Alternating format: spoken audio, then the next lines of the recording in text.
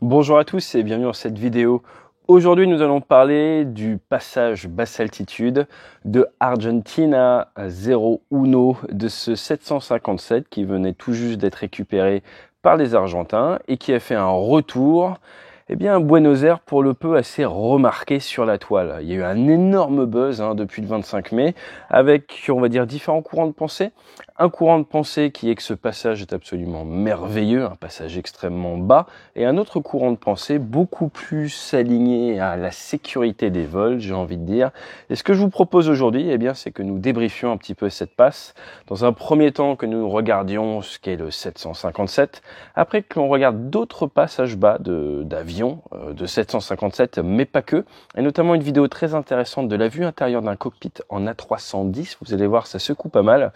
Ensuite, nous allons rapidement parler d'un crash en Airbus A320 lors d'un passage bas, mais à basse vitesse ce coup-ci. Ensuite, regardez en détail la vidéo, petit détour par le transport de VIP. Et enfin, je vous donnerai un mes 2 cents. Donc un programme assez dense. Allez, c'est parti, juste après le jingle.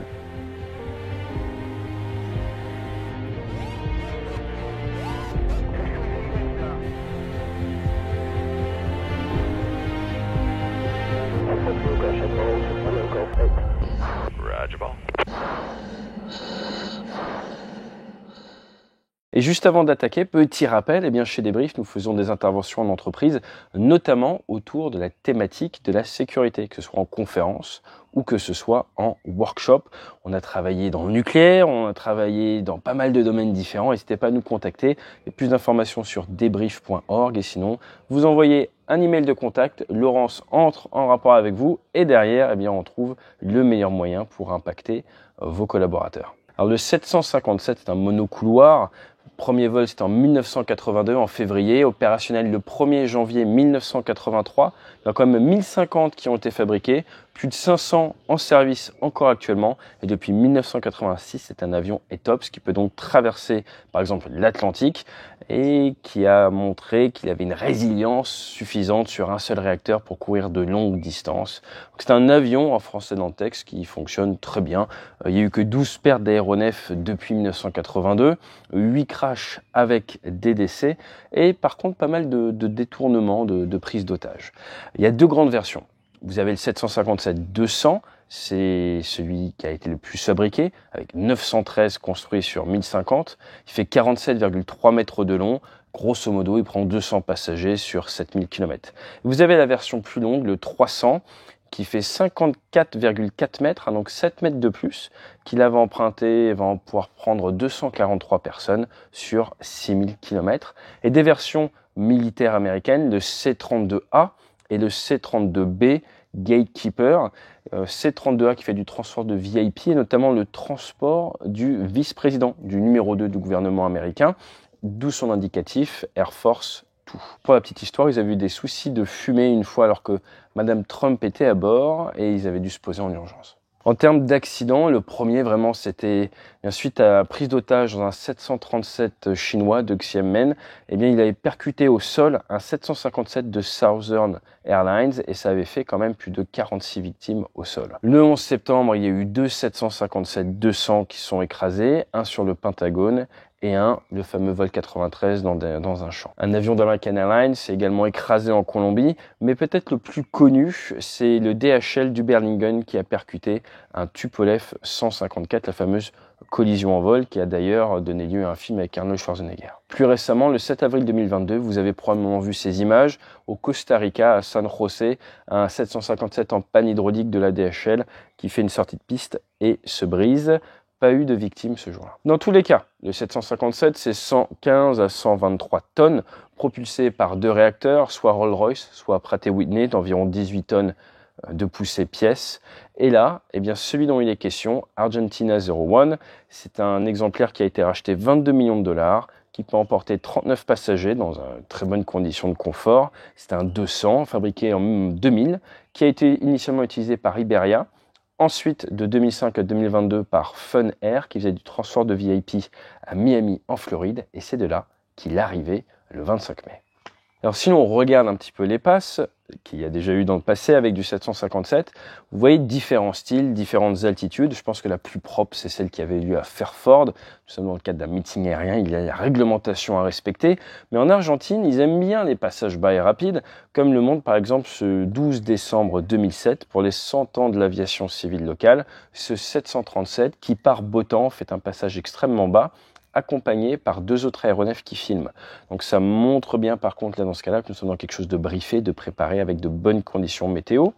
Là vous voyez des images d'un A310 qui fait un passage bas et même si de l'extérieur ça paraît sous contrôle ou assez souple, ce qui est intéressant c'est de voir à l'intérieur à quel point ce type de passage va être turbulent, va bouger. Je vous rappelle que généralement les avions de ligne sont limités à 250 nœuds en dessous du niveau 100, même s'ils peuvent aller plus vite. Mais surtout, ce sont des avions qui ont de très grandes ailes, c'est des sortes de planeurs. Et par rapport à un chasseur, vous n'allez pas du tout réagir de la même manière. Comme vous le voyez sur ces remontées derrière, les avions de ligne, on en a déjà parlé, bimoteurs, sont en fait des monomoteurs surpuissants.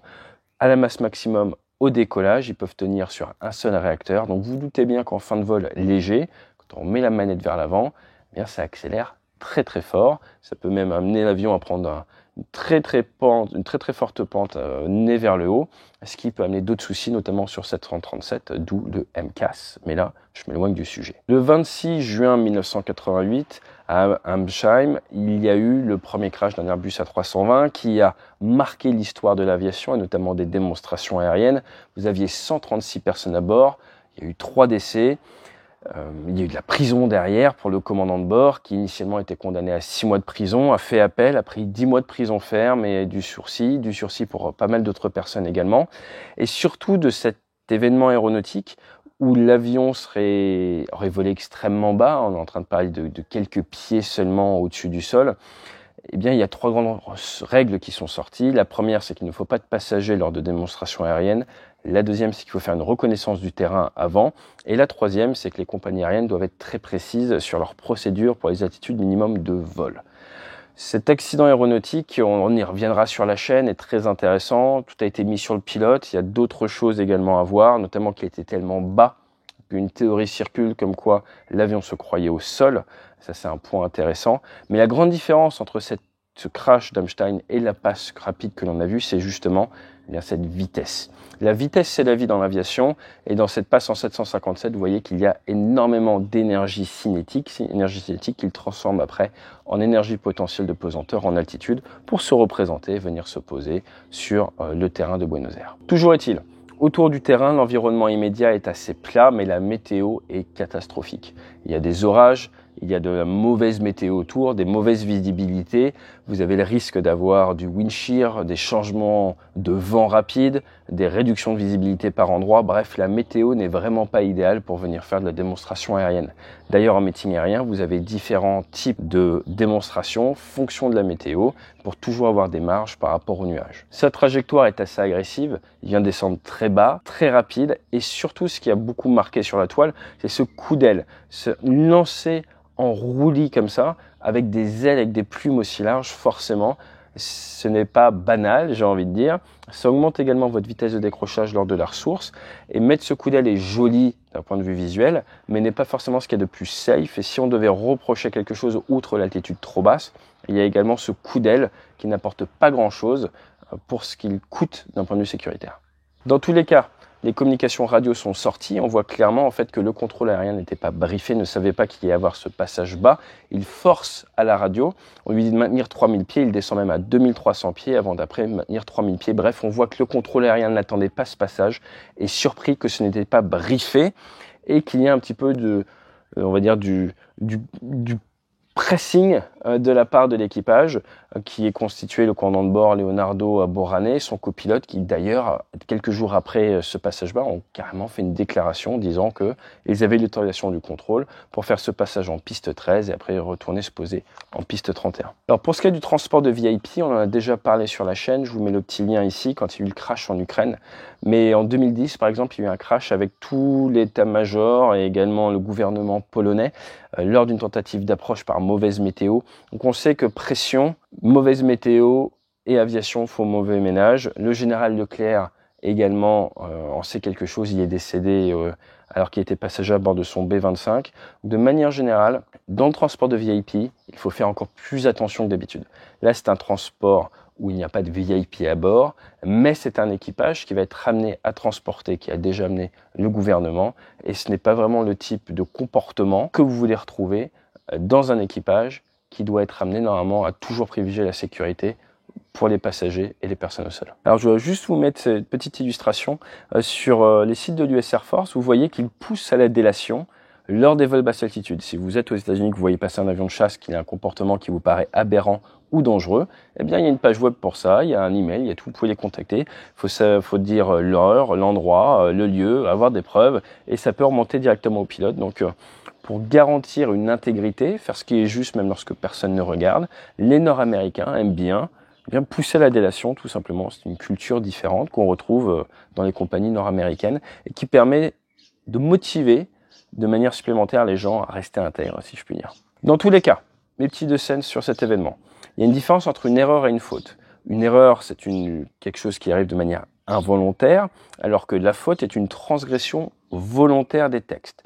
Donc là, à voir, au niveau de leur texte, s'il s'agit d'une faute ou pas, mais forcément, clairement, il y a cette volonté de leur part de faire ce passage bas, et ils poussent vraiment le contrôle pour pouvoir faire ce passage, malgré les conditions météo et malgré l'absence de briefing en amont. Alors pourquoi? Il y a le côté motivation, il y a le côté photogénique, il y a le côté pour le plaisir également, même si en tant que pilote d'aviation comme ça, vous n'êtes pas là normalement pour vous faire plaisir, vous êtes là pour atteindre un état final recherché, accomplir une mission, et dans ce cas-là, ramener en toute sécurité un aéronef qui a coûté 22 millions de dollars à votre gouvernement et qui va devoir être utilisé. Si lors de ce passage bas, vous tapez un oiseau, vous tapez quelque chose et vous abîmez l'avion, c'est dommage, mais il faudra expliquer pourquoi vous avez fait cette procédure qui n'était absolument pas nécessaire. Un petit peu comme les tonneaux de la victoire lors de la Seconde Guerre mondiale, tonneaux de la victoire qui ont déjà coûté la vie de plusieurs pilotes, où ils viennent, ils font le tonneau de la victoire, en fait ils avaient pris des débris, des morceaux et ils finissent au tas. Donc il ne faut pas tout confondre et toujours agir avec discipline dans un cockpit.